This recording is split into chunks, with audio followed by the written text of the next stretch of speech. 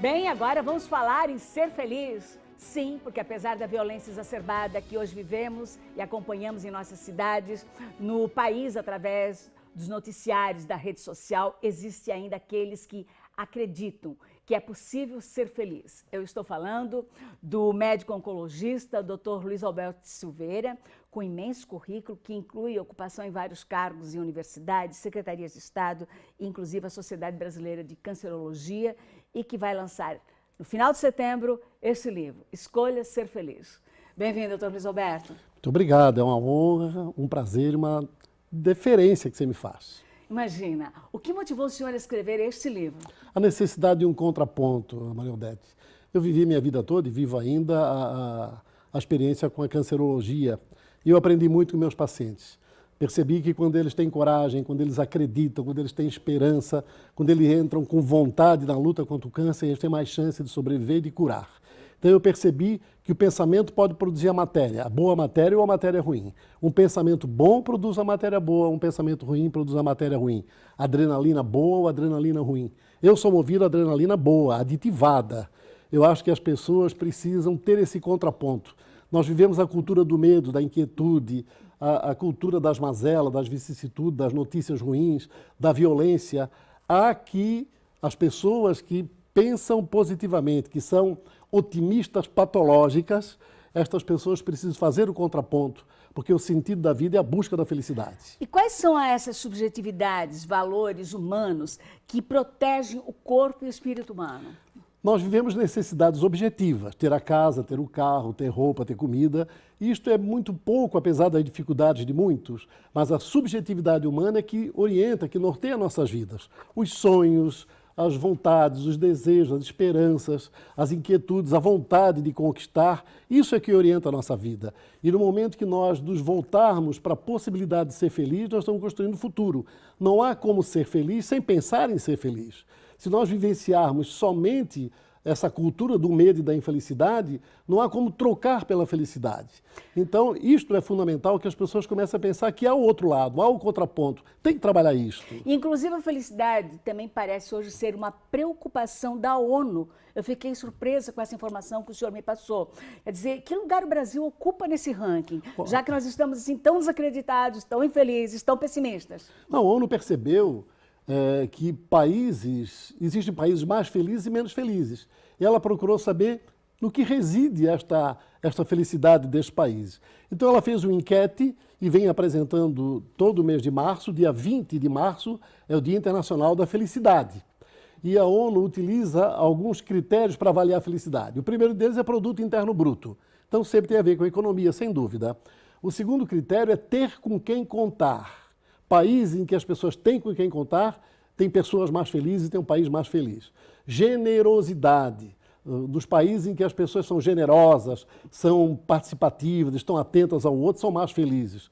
Expectativa de vida ao nascer. Aqueles países que têm condição sanitária, condição de educação, condição de atenção que permite às pessoas viverem mais, são mais felizes.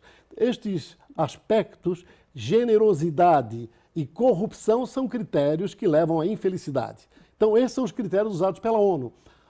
A Noruega, este ano, foi a primeira colocada no índice da ONU. São 155 países. O Brasil, 22º colocado. Nossa! É até bom, é até bom. Então não estamos tão mal assim. Não Agora, mal. a felicidade ela pode ser um instrumento de prevenção e proteção à saúde, preconiza o senhor. O senhor observa isso nos seus pacientes? Eu observo nas plantas, observo meus pacientes, observo na natureza. Quando eu olho para a planta, o lírio que eu tenho lá no meu consultório, e digo para ele todo dia como tu estás bonito, aquela planta, ela fica cada vez mais bonita. E eu faço isso até meio louco, não é? Mas eu olho para a minha planta e digo, como estás bonita, as folhas vão crescendo e vão aumentando. Então, no momento em que nós vivenciarmos a possibilidade de sermos felizes, porque tudo passa muito rápido, né? Se nós trabalharmos esse devir mais voltado para o positivismo, pela positividade da vida, nós melhoramos nossa imunidade. Esse mecanismo é conhecido, hipotálamo, hipófise suprarrenal. Se você vive um estresse continuado, um medo continuado, você produz muita cortisona, e a cortisona baixa a imunidade. E baixando a imunidade, você fica vulnerável para várias doenças, dentre elas o câncer. Então, se você é feliz, você produz substâncias que te protegem. É tão bom quando você recebe uma notícia boa, você parece que fica leve, você fica volitivo, né? Você saltita. Quando você recebe uma notícia ruim, você fica pesado, tenso, triste. É óbvio que isto colabora com a felicidade ou infelicidade, dependendo da forma como a gente enfoque a forma de viver, o viver feliz. Daí a questão de não ficar trabalhando muito as mazelas, vicissitudes, ser realista, mas ter percepção de que há um outro lado, que não dá para ficar só nessa roda viva, nesse círculo vicioso de dor, de medo, de vicissitude, de mazela, de inquietude, de angústia. Há o outro lado, da fraternidade, do amor, do olhar nos olhos, do beijar sem mais nem menos, do abraçar sem mais nem menos, do estar junto mesmo não dizendo nada, do segurar na mão, do dizer à pessoa cada dia, como é bom tu estás comigo, às vezes uma palavra de apoio, de carinho, um olhar sincero, um meio que faz a pessoa passar o dia muito bem e não fica doente. Então, escolha ser feliz. Escolha ser feliz. Escolheremos ser felizes. Doutor Luiz Alberto, muito obrigada pela entrevista ao Educação e Cidadania. Muito obrigado, é um prazer estar aqui. E sucesso no lançamento, né? Obrigado. E o seu programa é um sucesso, recebeu até uma comenda, pelo que eu soube. Ah, muito obrigada. Bem, a Semana do Folclore foi comemorada em Florianópolis com eventos que movimentaram o Largo da Alfândega, um dos espaços que mais preserva a cultura, a herança cultural, na verdade, açoriana aqui da ilha. Entre os destaques, a participação de escolas da região. Vamos com o repórter Alan Rottermel. O artesanato, a renda de bilro, o boi de mamão. O colorido da Casa da Alfândega ganhou ainda mais vida com as atividades que marcaram a Semana do Folclore, um termo que surgiu há 171 anos para explicar séculos de tradição. A palavra folclore surgiu em 1846 em uma carta escrita por um antropólogo inglês. No documento, ele sugeria que folclore fosse definido como conjunto de tradições e antiguidades de um povo. Com o passar do tempo, esse conceito foi ficando cada vez mais abrangente. Hoje, envolve aspectos como religiosidade e até a riqueza do artesanato. E, acima de tudo, os aspectos culturais de um povo. Para os pesquisadores, o folclore reúne um conjunto de costumes, lendas, provérbios e as mais variadas manifestações artísticas. É a preservação da essência cultural, perpetuada através da tradição oral.